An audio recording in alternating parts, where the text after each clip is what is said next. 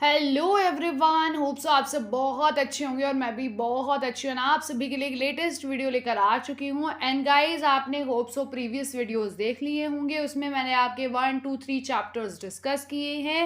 And आज मैं आपका 4th चैप्टर डिस्कस करने वाली हूँ, तो वीडियो में एंड तक ज़रूर बने रहना, आपके सारे डाउट्स क्लियर हो जाएंगे।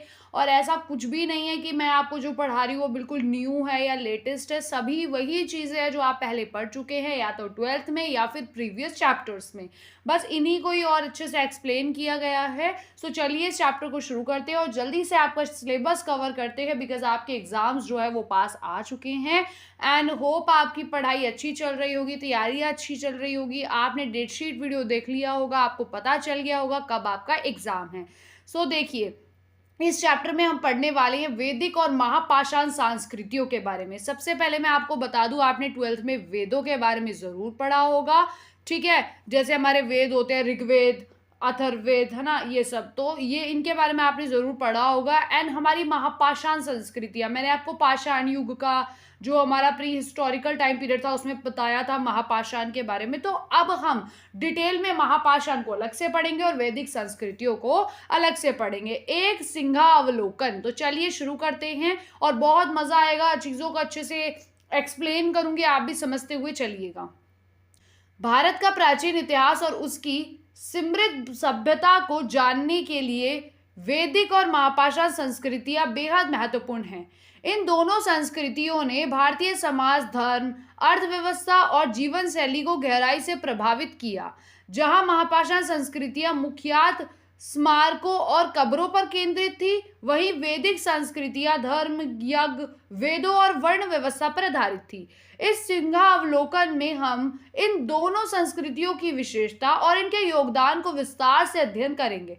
सो देखो, यहाँ पे हम दो चीजों के बारे में पढ़ने वाले हैं, वैदिक संस्कृति और महापाषाण संस्कृति। अब जैसे कि आपको पता है, महापाषाण संस्कृति इट इज जिसमें हम पढ़ने वाले हैं पाषाण के बारे में, पत्थर के बारे में, ठीक है। अब पत्थर से क्या बने होते हैं, या तो भवन बने होते हैं, कब्र बनी होती है, तो इन्हीं चीजों को हम पढ़ने वाले हैं। एंड वैदिक संस्कृति में हम हमारे जो यज्ञ कराए जाते थे बड़े बड़े गुरुओं द्वारा, जो धर्म था, जो वेद थे, जो वर्ण व्यवस्था थी, उनके बारे में पढ़ने वाले हैं। जैसे कि क्षत्रिय, वैश्य, शूद्र वाला था, तो आपने पढ़ा होगा। तो इन्हीं चीजों को मैं अच्छे से एक्सप्लेन करूंगी और इस वीडियो में हम इनकी संस्कृतियों की क्या क्या विशेषता रही और इनका क्या क्या योगदान रहा हमारे भारत के इतिहास में, वो पढ़ने वाले हैं। सो यहाँ पे अभी हम पढ़ेंगे महापाषाण संस्कृतियों के बारे में, परिचय और काल। तो चलिए पढ़ाती हूँ। यहाँ पे क्या है, महापाषाण संस्कृतियों का उदय भारत में लगभग 2000 ईसा पूर्व से 500 ईसा पूर्व के बीच हुआ। तो आपको यहाँ पे टाइम पीरियड भी मेंशन किया गया है कि महापाषाण संस्कृतियों का उदय कब हुआ था। उसके बाद इसका नाम महापाषाण संस्कृति इसीलिए पड़ा क्योंकि इस संस्कृति में विशाल पत्थरों का व्यापक उपयोग होता था। याद रखना, महापाषाण, महा मतलब विशाल और पाषाण मतलब पत्थर, तो इस संस्कृति का नाम महापाषाण इसलिए पड़ा क्योंकि इस संस्कृति में सबसे ज्यादा पत्थरों का इस्तेमाल किया गया था, विशेषकर स्मारक और कब्रों के निर्माण में। अब याद रखना, हम इस में ज्यादातर बात करने वाले हैं स्मारक और कब्रों के बारे में, जिनका महापाषाण संस्कृतियों में सबसे ज्यादा उपयोग किया गया था, पत्थरों से बनाई गई थी, ठीक है। महापाषाण युग के लोग बड़े बड़े पत्थरों का प्रयोग उनके मृतकों के कब्र बनाने में करते थे। अब महापाषाण यानी कि विशाल विशाल बड़े बड़े पत्थरों का इस्तेमाल किसमें किया जाता था, जब लोग मर जाते थे उनको दफन करने के लिए जो बनता था, कब्र बनती थी, उसके लिए उपयोग करते थे, किसका, पत्थरों का। तो उनके बारे में हम पढ़ने वाले हैं। अब स्थानों के बारे में पढ़ेंगे कि कहाँ कहाँ महापाषाण संस्कृतियों के हमें अवशेष मिले हैं। तो यहाँ पे है, महापाषाण संस्कृतियों का प्रसार मुख्य रूप से दक्षिण भारत के क्षेत्रों में हुआ था। तमिलनाडु, कर्नाटक और आंध्र प्रदेश में इस संस्कृति के अवशेष मिले हैं।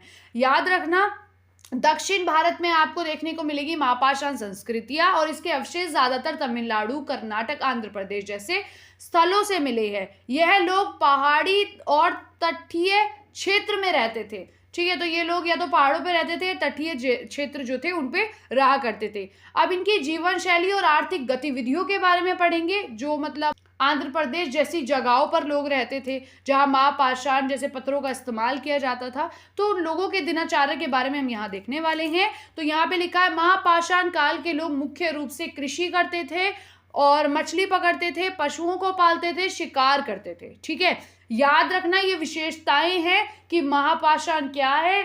जैसे कि मैंने बताया, विशाल पत्थरों का प्रयोग किसके लिए किया जाता था? कब्र बनाने के लिए, स्मारक बनाने के लिए।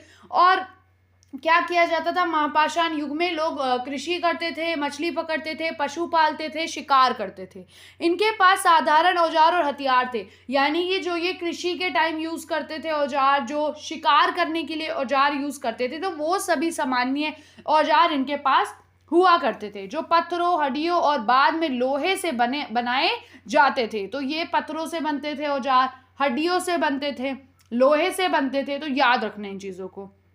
इनके पास बड़े बड़े गांव और कबीलाई संगठन थे जो मिलकर रहते और कार्य करते थे, यानी कि जो भी इन क्षेत्रों में जहां महापाषाण पत्थर पाए जाते थे वहां के लोग मिलकर रहा करते थे और मिलकर कार्य किया करते थे। अब धार्मिक मान्यताओं के बारे में बात करेंगे कि महापाषाण के युग के जो लोग थे, काल के जो लोग थे, उनकी क्या मान्यताएं थी। तो महापाषाण संस्कृति में मृतकों की समृद्धि को बनाए रखने के लिए बड़े बड़े पत्थरों से कब्र बनाना एक धार्मिक क्रिया थी। तो याद रखना ये विशेषता है महापाषाण की कि यहाँ पे क्या किया जाता था?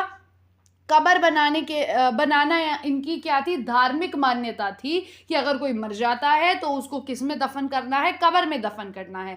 माना जाता था कि मृत्यु के बाद भी आत्मा का अस्तित्व रहता है, इसलिए मृतकों को कब्र के साथ रोजमर्रा की चीजें जैसे बर्तन, औजार, आभूषण और खाने का सामान रखा जाता था। अब याद रखना, लोग कहते हैं कि इंसान तो मर जाता है पर उसकी जो आत्मा होती है वो अमर होती है, इसीलिए जब भी उनको दफन किया जाता था तो उस कब्र के अंदर क्या क्या चीजें रखी जाती थी जो रोजमर्रा की जिंदगी के लिए जरूरी है। जैसे कि बर्तन लोग यूज करते हैं, रोज औजार यूज करते हैं, खाने का सामान यूज करते हैं, आभूषण जो ज्वेलरीज होती है उनका यूज करते हैं। तो वो सारी चीजें जो इंपॉर्टेंट हुआ करती थी वो उस कब्र में रखी जाती थी। और अगर आपको 12th क्लास में आपने पढ़ा था, आपको याद हो, तो अगर कोई बड़ा राजा मर जाता था तो उसकी कब्र में तो सोना भी रखते थे। ठीक है, अब यहाँ पे आगे क्या है? यह इस बात का संकेत है कि महापाषाण युग के लोग मृत्यु के बाद जीवन में विश्वास रखते थे। अब याद रखना, महापाषाण जो संस्कृति थी या युग था, इसके लोग जो है मृत्यु के बाद भी इंसान का जीवन रहता है, अस्तित्व रहता है, ये मानते थे। बेसिकली वो क्या माना करते थे कि आत्मा का अस्तित्व होता है मृत्यु के बाद भी। तो इसीलिए वो क्या करते थे? जो भी रोजमर्रा की जिंदगी में चीजें जरूरी है वो भी कब्र में दफन किया करते थे। अब प्रमुख स्मारक और कब्रों के प्रकार की जो स्मारक थे वो किस चीज के बने होते थे, कैसे हुआ करते थे, और जो कब्र बनी होती थी वो किस प्रकार की होती थी, अब हम पढ़ने वाले हैं। तो इसमें क्या लिखा है? डॉलमेन। डॉलमेन क्या है? यह बड़े पत्थर के बने हुए स्मारक होते हैं जिनके ऊपर एक विशाल पत्थर रखा जाता है। ठीक है, ये स्मारक होते हैं ना, भवन वगैरह, ये वो होते हैं। पर ये किस तरह से बनाए जाते हैं कि इनके ऊपर एक विशाल पत्थर रखा जाता है, उसको बोलते हैं डॉलमेन बोलते हैं। मैनीहीर किसे कहते हैं? मैनीहीर बोलते हैं खड़े किए गए लंबे पत्थर जिन्हें स्मारक के रूप में खड़ा किया जाता है, यानी कि भवन बनाने के लिए जो लंबे लंबे पत्थरों का इस्तेमाल होता था वो होते थे मैनीहीर। अब ये आप पेपर में लिख भी सकते हो, नहीं भी, अगर आपको याद रहता है दैट्स गुड, अगर नहीं याद रहता है तो आप इस चीज को स्किप करना, कंफ्यूज मत होना, गलत लिखना मत। ठीक है, उसके बाद नीचे क्या है? Circle Graves. सर्कल ग्रेव्स क्या है? गोलाकार में पत्थर से बनी कब्रें। तो याद रखना, सर्कल ग्रेव्स की जो कब्र बनाई जाती थी वो गोल ओवल टाइप हुआ करती थी। अब महापाषाण स्मारकों का निर्माण यह दर्शाता है कि उस समय के लोगों के पास गहरी धार्मिक और सामाजिक मान्यताएं थी। तो जो महापाषाण स्मारक थे उनका निर्माण क्या दर्शाता है कि लोगों की गहरी मान्यता थी किसके प्रति? अपने धर्म और समाज के प्रति। तो ये भी विशेषता है महापाषाण की, याद रखना, क्योंकि पेपर में आपका अगर क्वेश्चन आएगा तो यही आएगा कि महापाषाण संस्कृतियों की विशेषता बताओ और इनके योगदान पर विस्तार से चर्चा कीजिए। अब यहाँ पे क्या है? और वे अपने पूर्वजों की याद में बड़े बड़े स्मारकों का निर्माण करते थे। अब उनको यह है कि हमारे जो पूर्वज है वो उनको पूजा करते थे, तो उनके लिए वो बड़े बड़े स्मारक बनाया करते थे, भवन बनाया करते थे जिनमें वो उन्हें पूजा करते थे। किनको पूजते थे वो? अपने पूर्वजों को, उनकी याद में वो स्मारक बनाया करते थे। अब हमने पढ़ा किसके बारे में? महापाषाण के बारे में। अब हम पढ़ेंगे वैदिक संस्कृति के बारे में। तो चलिए शुरू करते हैं, और होप आपको पता चल गया होगा। देखो, जैसे मैंने अभी आपको ओवरऑल बताया महापाषाण के बारे में, तो आपको पता होना चाहिए कि महापाषाण क्या है, इसका टाइम पीरियड क्या है, यहाँ के लोग कैसे थे, कहाँ कहाँ महापाषाण संस्कृतियाँ पाई गई है, ठीक है, लोगों का जीवन कैसा था, लोगों की मान्यताएं कैसी थी, कब्रें कैसी थी। देखो, कब्रें कैसी थी आप ये चीज़ स्किप कर सकते हो अगर याद नहीं होती है, ठीक है, बट ये चीज़ याद रखना कि महापाषाण स्मारकों का निर्माण क्या दर्शाता है कि लोगों की गहरी धार्मिक और सामाजिक के प्रति मान्यताएं हैं, और वे अपने पूर्वजों को पूजते थे, उनके लिए वो स्मारक बनाया करते थे। वैदिक संस्कृति में क्या है? सबसे पहले परिचय और काल क्या रहता है इसका? वैदिक संस्कृति का विकास भारत में लगभग 1500 ईसा पूर्व से 600 ईसा पूर्व तक हुआ। तो इसमें टाइम पीरियड आपको मेंशन किया गया है कि वैदिक संस्कृति का जो विकास था वो कब हुआ था? 1500 ईसा पूर्व से लेके 600 ईसा पूर्व तक हुआ था। इस संस्कृति के लोग आर्य कहे जाते थे, यानी कि जो वैदिक संस्कृति के लोग थे वो सभी क्या कहे जाते थे? आर्य। याद रखना, जो उत्तर पश्चिम से भारत आए, याद रखना, जो उत्तर पश्चिम से कहाँ आए थे? भारत आए थे, और अपने साथ नई जीवन शैली, धार्मिक मान्यताएं और सामाजिक संगठन लाए थे। वैदिक संस्कृति का नाम वेद पर आधारित है, जो इस काल के प्रमुख धर्म ग्रंथ है। तो जो इस काल के प्रमुख धर्म ग्रंथ है वेद, उन पर आधारित ही इस संस्कृति का नाम है, जो है वैदिक संस्कृति, ठीक है। इसमें हम बहुत सारी वेदों से जुड़ी चीजें पढ़ेंगे और समझेंगे। याद रखना, इस काल के लोगों को आर्य कहा जाता है, जो उत्तर पश्चिम से भारत आए थे और अपने संग नई नीतियां लाए थे, अपने साथ नई धार्मिक मान्यताएं लाए थे, ठीक है। तो उन्हीं के बारे में हम यहाँ पढ़ेंगे। अब वेद के बारे में पढ़ लेते हैं। वेद किन्हें कहा जाता है? तो वेद काल के ज्ञान, धर्म और संस्कृति का मुख्य स्रोत है। 4 वेदों में ऋग्वेद, यजुर्वेद, सामवेद और अथर्ववेद शामिल है। इनमें से ऋग्वेद सबसे पुराना और प्रमुख है। वेदों में यज्ञ, मंत्रों और देवताओं का वर्णन है। वेद काल को 2 भागों में विभाजित किया गया है, प्रारंभिक वैदिक काल और उत्तर वैदिक काल। अब यहाँ पे आपको वेद के बारे में बताया गया है, तो ये भी थोड़ा आप पेपर में एक्सप्लेन करना कि जो वेद है इनमें हमें ज्ञान, धर्म और संस्कृति के बारे में पता चलता है। और वेद 4 तरह के होते हैं, ऋग्वेद, यजुर्वेद, सामवेद, अथर्ववेद। और ऋग्वेद सबसे पुराना और सबसे प्रमुख है। वेदों में हमें किन के बारे में पता चलेगा कि यज्ञ कैसे किया जाता है, इनमें कौन से मंत्र यूज होते हैं, देवताओं का वर्णन किया गया है। और वेदों को 2 भागों में विभक्त किया गया है, जो है प्रारंभिक वैदिक काल और उत्तर वैदिक काल। प्रारंभिक वैदिक काल का टाइम पीरियड कितना रहा? 1500 से 1000 ईसा पूर्व, और उत्तर वैदिक का 1000 से 600 ईसा पूर्व। तो ये चीज याद रखना। इस काल में ऋग्वेद की रचना हुई, समाज अपेक्षाकृत सरल था। तो याद रखना कि जो हमारा प्रारंभिक वैदिक काल था इसमें ऋग्वेद की रचना हुई थी, और बाकी वेदों की रचना जो है उत्तर वैदिक काल में हुई थी। तो इसमें है, इस काल में यजुर्वेद, सामवेद और अथर्ववेद की रचना हुई थी। समाज में जटिलता बढ़ी और वर्ण व्यवस्था का विकास हुआ। वर्ण व्यवस्था पता है ना आपको? क्षत्रिय, वैश्य, वो ब्राह्मण, क्षत्रिय, वैश्य, शूद्र वाला। तो वही जो वर्ण व्यवस्था थी उसका भी विकास आपको उत्तर वैदिक काल के दौरान ही देखने को मिलेगा। यहाँ पे धार्मिक मान्यता और यज्ञ, यानी कि लोगों की धार्मिक मान्यता क्या थी, और यज्ञ जो लोग किया करते थे वो किस लिए, कैसे किया करते थे, किनके द्वारा कराया जाता था। वैदिक काल में कई देवताओं की पूजा की जाती थी, जिनमें देवता इंद्र, ठीक है, इंद्र की पूजा होती थी, अग्नि की पूजा होती थी, वरुण की पूजा होती थी, और सोम की पूजा होती थी। याद रखना, ये 4 आप याद रखना कि वैदिक काल में 4 जो देवता है उनकी पूजा होती थी, इंद्र, अग्नि, वरुण, सोम, ठीक है। इंद्र जो है युद्ध और वर्षा के देवता थे, अग्नि हमारी यज्ञ की देवता है, और जो हमारे वरुण है वो सत्य और न्याय के देवता है, और जो हमारे सोम है वो पवित्र पेय के देवता है। तो याद रखना कौन किसके देवता है और क्यों ये जरूरी थे। यज्ञ का विशेष महत्व था, जिसमें हवन कुंड में अग्नि देवता के मध्य से आहुति दी जाती है, यानी कि कोई भी शुभ काम होता है तो यज्ञ करवाते हैं लोग, ठीक है। अग्नि कुंड जो होता है हवन कुंड, उसमें अग्नि देते हैं। अग्नि देवता को शुभ मान के लोग अपने कार्य करते हैं। आपने बहुत बार देखा होगा किसी का न्यू घर बनता है, वो यज्ञ कराते हैं, हवन कराते हैं। तो यही सारी चीजें यहाँ पे बताई गई हुई है। यज्ञ का उद्देश्य देवताओं को प्रसन्न करना था ताकि वे समाज की रक्षा करें और समृद्धि प्रदान करें। यानी कि होता है ना, घर हमारा न्यू बना है तो भगवान इस पे अपनी कृपा बनाए, तो उसके लिए हम यज्ञ कराते थे। तो यही चीजें इसमें बताई गई है। अब है समाज व्यवस्था और वर्ण व्यवस्था, कि हमारे समाज की क्या व्यवस्था रही और वर्ण व्यवस्था क्या रही है। तो वैदिक समाज 4 वर्णों में विभाजित था। कौन कौन से 4 वर्ण थे? हमारे ब्राह्मण, क्षत्रिय, वैश्य, शूद्र। इन सब के कार्य भी अलग अलग थे। अब यहाँ पे था यज्ञ और धार्मिक कार्यों के अधिकारी कौन थे? ब्राह्मण थे। ये धार्मिक कार्य करते थे, ठीक है। क्षत्रिय लोग क्या करते थे? युद्ध और शासन की जिम्मेदारी क्षत्रिय लोगों की हुआ करती थी।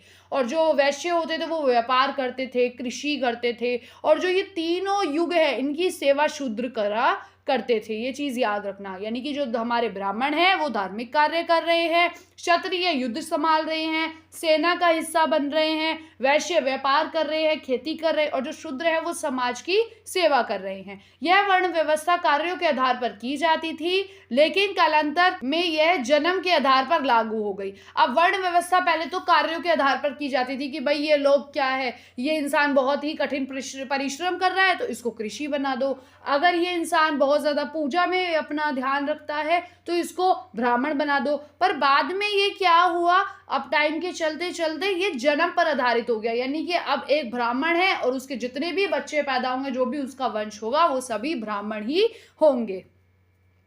अब इनकी जीवन शैली और आर्थिक गतिविधियों के बारे में देखते हैं। तो वेद काल में लोग मुख्य रूप से कृषि, पशुपालन और व्यापार में संलग्न थे। याद रखना, जो वैदिक काल था उसमें लोगों की जीवन शैली क्या थी कि लोग कृषि करते थे, पशुओं को पालते थे और व्यापार किया करते थे। गाय और घोड़े विशेष रूप से महत्वपूर्ण माने जाते थे। जो गाय होती थी, घोड़े होते थे, वो वैदिक काल में बहुत विशेष माने जाते थे, ठीक है। उन्हें भी पूजा जाता था। और कृषि में जौ और गेहूं की खेती प्रमुख थी। यानी कि जो लोग खेती करते थे उसमें वो जौ और गेहूं जरूर उगाया करते थे। वैदिक लोग गांव में रहते थे, जो भी वैदिक होते थे, ठीक है। जहां एक परिवार के मुखिया को घरपति कहा जाता था। अब घरपति किसे कहा जाता है? जो घर का मुखिया होता है, जो घर को चलाता है, ठीक है। जैसे कि आपके पापा आपके घर को चलाते हैं, वो सारी चीजें मैनेज करते हैं। तो उस टाइम वैदिक काल में भी जो घर का मुखिया होता था उसको गृहपति कहा जाता था। धीरे धीरे समाज ने स्थिरता प्राप्त की और बड़े बड़े जनपदों का उदय हुआ। तो यानी कि अब धीरे धीरे समाज जो है वो स्थिर होने लग गया और अब बड़े बड़े जनपदों का उदय होने लग गया। जैसे जनपद आपको पता होंगे, मगध वगैरह थे। अब भाषा और साहित्य के बारे में पढ़ लेते हैं कि वैदिक काल के लोगों की भाषा क्या थी और उनका साहित्य जिसमें वो रुचि रखा करते थे वो क्या है। सो यहाँ पे है सांस्कृतिक भाषा का विकास इस काल में हुआ। जो संस्कृत भाषा है ना, संस्कृत भाषा का विकास इसी काल में हुआ था और इसमें धार्मिक ग्रंथों के लिए प्रयोग किया गया। तो धार्मिक ग्रंथ जो थे वो किस भाषा में लिखे जाते थे? संस्कृत में, याद रखना। और इसका विकास भी किस काल में हुआ? वैदिक काल में हुआ। वैदिक साहित्य में ना केवल धार्मिक बल्कि समाज विज्ञान और अर्थव्यवस्था से संबंधित विषयों का भी उल्लेख मिलता है। यानी कि लोग सोचते हैं कि वैदिक साहित्य में सिर्फ धर्म के बारे में है, धार्मिक चीजें हैं, पर इसमें समाज के बारे में, विज्ञान के बारे में और अर्थशास्त्र के बारे में भी बहुत सी चीजें दी गई हैं। अब हम इनमें अंतर देखते हैं, यानी कि बेसिकली दोनों की विशेषताओं को कंपेयर करते हैं। सबसे पहले महापाषाण और उसके बाद वैदिक संस्कृतियां। तो महापाषाण संस्कृतियों की क्या विशेषता है? सबसे पहले इनका टाइम पीरियड, जो कि मैं 10 बार आपको यहाँ पे बता चुकी हूँ, ये है 2000 ईसा पूर्व से 500 ईसा पूर्व। और इसका कहाँ पे उदय आपने को कहाँ देखने को मिली? महापाषाण संस्कृतियां दक्षिण भारत में, जैसे आंध्र प्रदेश, मैंने तमिलनाडु आपको बताया, कर्नाटका बताया, ठीक है। और इनकी धार्मिक मान्यताएं क्या थी कि मृतकों की स्मारक पूजा, यानी कि जो मर जाते हैं लोग उनके भवन बनाए जाते थे, उनकी जो कब्र बनाई जाती थी उनकी पूजा की जाती थी, ठीक है। जो बड़े बड़े राजा होते थे उनके तो देखो स्मारक बनाए जाते थे, जैसे कि पूर्वज हो गए उनके, या फिर कोई राजा हो गया। पर जो नॉर्मल अगर आदमी मर जाते थे तो उनकी कब्र जो थी वो उनकी धार्मिक मान्यता हुआ करती। सामाजिक संरचना क्या थी महापाषाण युग के लोगों की, तो मैंने आपको भी यहाँ पे बताया। जैसे हम महापाषाण संस्कृतियों के बारे में बात करते हैं तो यहाँ के लोग जो है कबीलाई समाज के थे। इनकी जीवन शैली क्या थी, लोग कृषि किया करते थे, शिकार करते थे और मछली को पकड़ा करते थे। याद रखना, यानी कि ये फसल भी उगा रहे हैं, शिकार भी कर रहे हैं और मछली को भी पकड़ा करते थे। कौन से युग के लोग, महापाषाण संस्कृति के युग के लोग। अब इनकी भाषा और साहित्य का था, कोई लिखित साहित्य नहीं है महापाषाण युग का, पर वैदिक साहित्य है, वैदिक संस्कृति का, जो कि संस्कृत में है, मैंने आपको बताया था। देखो इनके प्रमुख स्मारकों की बात करते हैं तो डोलमेन है, जो मैंने आपको ऊपर बताया था, मेहनीर है और स्केल ग्रेसिव है, जो मैंने बताया था गोल बड़े बड़े पत्थरों से बनाए जाते थे। तो ये स्मारक जो है इनके बहुत प्रसिद्ध थे और इन पत्थरों को मेंशन किया गया था। वैदिक संस्कृति की विशेषताएं देखते हैं तो इनका काल 1500 ईसा पूर्व से 600 ईसा पूर्व का रहा है। वैदिक संस्कृतियों का काल, और इनका स्थान था उत्तर भारत और महापाषाण संस्कृतियों का था दक्षिण भारत। इनकी धार्मिक मान्यताएं क्या थी, यज्ञ कराना, हवन कराना, देवताओं की पूजा करना। सामाजिक संरचना क्या थी इनकी, वर्ण व्यवस्था पर आधारित थी, ठीक है, जो कि पहले लोगों के कर्म के अकॉर्डिंग थी, पर बाद में चलते चलते वो किसके अकॉर्डिंग हो गई, जन्म के अनुसार, कि अगर एक ब्राह्मण है तो उसका पूरा जो वंशज है वो ब्राह्मण ही होगा। लोगों की जीवन शैली कैसी थी, कृषि किया करते थे, पशुओं का पालन करते थे, व्यापार किया करते थे। कौन, वैदिक साहित्य के लोग, ठीक है, फसल उगाते थे, पशुओं को पालते थे और व्यापार भी किया करते थे। इनकी मैंने भाषा बताई थी, भाषा और साहित्य, तो वेदों की रचना, इनके जो साहित्य है वो वेद हैं और भाषा क्या थी, संस्कृत इनकी भाषा रही है। प्रमुख स्मारकों की बात करें तो यज्ञ स्थल और अग्निकुंड इनके बहुत ही ज्यादा प्रमुख स्मारक है, जिनमें लोग जाया करते थे वैदिक संस्कृति के। निष्कर्ष पढ़ लेते हैं, यहाँ पे क्या बोला गया। महापाषाण और वैदिक संस्कृतियां भारतीय प्राचीन इतिहास को दो अलग अलग शाखाएं हैं।